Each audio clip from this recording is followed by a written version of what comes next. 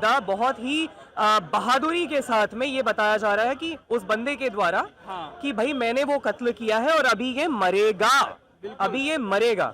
तो भाई काफिर हैं। जी सब काफिर हैं, सब काफिर हैं। बस एक विशेष धर्म, एक विशेष मुसलमान नाम का मैं बोल देता हूँ। एक विशेष धर्म जी वो काफिर नहीं है, वो इंसान कहलाने लायक है। मरने वाला हिंदू कन्हैया लाल, ठीक है, या मुझे उसका नाम नहीं पता, जो जम्मू कश्मीर में बीकानेर का वो शख्स मारा गया था नुपुर शर्मा के बयान के बाद में। उसके लिए अगर हम इंसाफ मांगे तो वो हिंदू मुसलमान। बिल्कुल। कुछ नेता बोलते हैं कि इस देश में मुसलमानों को दबाया जाता है, उसके खिलाफ कार्रवाई की जाती है और उसके बाद इस तरह की घटना हो जाती है। दबते दबते 33% से ज्यादा उनकी ये हो गई, है ना। कौन से नेता है वो सब अभी चुप है ना। अभी नहीं हाँ वही वाली चीज है, जब कुछ अच्छा हो जाएगा, हमारी ग्लोबल इमेज अच्छी होगी तो उस टाइम पे शायद वो राष्ट्रवादी नेता बाहर आएंगे क्रेडिट लेने के लिए, लेकिन अभी वो सारे चुप हैं तो मुझे फिर उनके नाम नहीं याद आ रहे हैं। नमस्कार, मैं सुरजीत कुमार और आप देखना शुरू कर चुके हैं दोस्तों द लोकसभा। कन्हैया लाल की हत्या हुए 1 साल भी नहीं हुआ था कि उससे पहले भी एक और घटना हमारे सामने आ गया।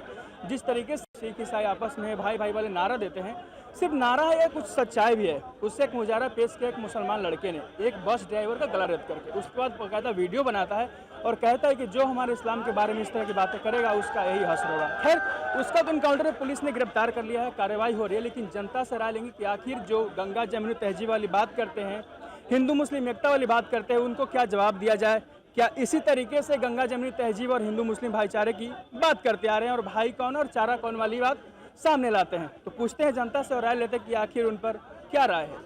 आपने प्रयागराज की खबर पढ़ी होगी, बस कंडक्टर के गला रद्द करके हत्या करते। जी खबर पढ़ी तो नहीं है, लेकिन मैंने अभी सुना आपके साथी पत्रकार भी उस बारे में बात कर रहे हैं और मुझे वो पता है कि 10 रुपए के लिए विवाद हुआ था और उसके बाद गला रेत दिया गया है और उसके बावजूद वीडियो बनाकर बाकायदा बहुत ही बहादुरी के साथ में ये बताया जा रहा है कि उस बंदे के द्वारा कि भाई मैंने वो कत्ल किया है और अभी ये मरेगा, अभी ये मरेगा। तो भाई जी सब काफिर हैं, सब काफिर हैं। बस एक विशेष धर्म, एक विशेष मुसलमान नाम का मैं बोल देता हूँ। एक विशेष धर्म जी वो काफिर नहीं है, वो इंसान कहलाने लायक है और उसके अगेंस्ट कोई बोलेगा तो वो हिंदू मुसलमान है। अपने अधिकारों के लिए बोले तो वो हिंदू मुसलमान नहीं है। आई एम सॉरी, ठीक है। आप उनके खिलाफ बोलेंगे, गलत के खिलाफ बोलेंगे, आप अपने धर्म का प्रचार कीजिए, आप ये कीजिए अल्लाह अकबर ये मरेगा, वो हिंदू मुसलमान नहीं है, ठीक है। लेकिन अगर हम ये कह लें कि मरने वाला हिंदू कन्हैया लाल, ठीक है, या मुझे उसका नाम नहीं पता, जो जम्मू कश्मीर में बीकानेर का वो शख्स मारा गया था नुपुर शर्मा के बयान के बाद में, उसके लिए अगर हम इंसाफ मांगे तो वो हिंदू मुसलमान। बिल्कुल। कुछ नेता बोलते हैं कि इस देश में मुसलमानों को दबाया जाता है, उसके खिलाफ कार्रवाई की जाती है और उसके बाद इस तरह की घटना हो जाती है। दबते दबते 33% से ज्यादा उनकी ये हो गई, है ना, दबते दबते हो गई, है ना, दबते दबते हो एक और बार दबते दबते हो गई।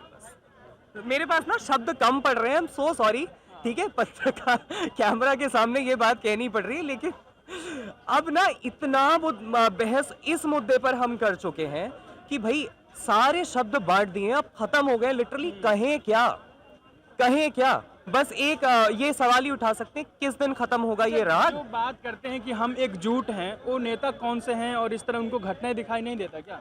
पता नहीं कौन से नेता है वो जो बोलते हैं कि हम एकता की बात कर रहे हैं, एकजुटता की बात कर रहे हैं। पता नहीं कौन से नेता है वो सब अभी चुप है ना। अभी नहीं वही वाली चीज है, जब कुछ अच्छा हो जाएगा, हमारी ग्लोबल इमेज अच्छी होगी तो उस टाइम पे शायद वो राष्ट्रवादी नेता बाहर आएंगे क्रेडिट लेने के लिए, लेकिन अभी वो सारे चुप हैं तो मुझे फिर उनके नाम नहीं याद आ रहे हैं।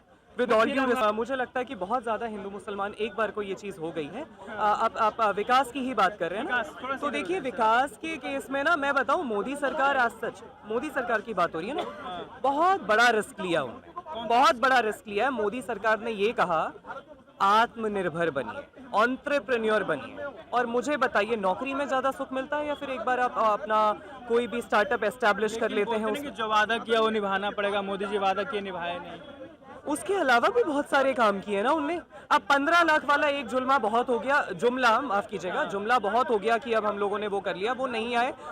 मुझे भी है यार, क्योंकि 15 लाख अपने आप में बहुत बड़ी रकम होती है, लेकिन लोगों को इस लायक बनाना कि भाई 15 लाख IITs का नंबर बड़ा है, इसका नंबर बड़ा है, फिर वही बात अभी रिजर्वेशन पे आके अटक जाएगी, जिस पर मुझे लगता है कि ऐतिहासिक फैसला आ जाएगा, आने की कगार पे है। और उसके अलावा भी थोड़ी देर पहले ये शायद ऑल द वे थोड़ा डिफरेंट हो जाएगा, लेकिन कुछ उसके अलावा जो एक्चुअल माइनॉरिटीज हैं, जो सच में माइनॉरिटीज हैं, उनके लिए काम हुआ है। और एक्चुअली में है कौन, आप थोड़ा खुल के बता सकते हैं? देखिए, अभी सच बताऊं तो अब बात आ गई है ना, धर्म तो हो गया, बहुत हो गया, ठीक है, लेकिन समाज का एक ऐसा तबका जो या तो गरीब, ठीक है, या किसी की कोई सिचुएशन जो एक्चुअली नहीं, एम्पैथेटिक गैप जहां पर आता है, एम्पैथेटिक मतलब आप अंदर से वो चीज नहीं समझ पाते, जैसा कि अभी ये मुद्दा आपका सेम सेक्स मैरिजेस जिसकी अगर हम बात करेंगे तो, लेकिन उस पर भी आप देखिए, पहली बार, ये भी अपने आप में ऐतिहासिक है कि पहली बार 5 जजेस की जगह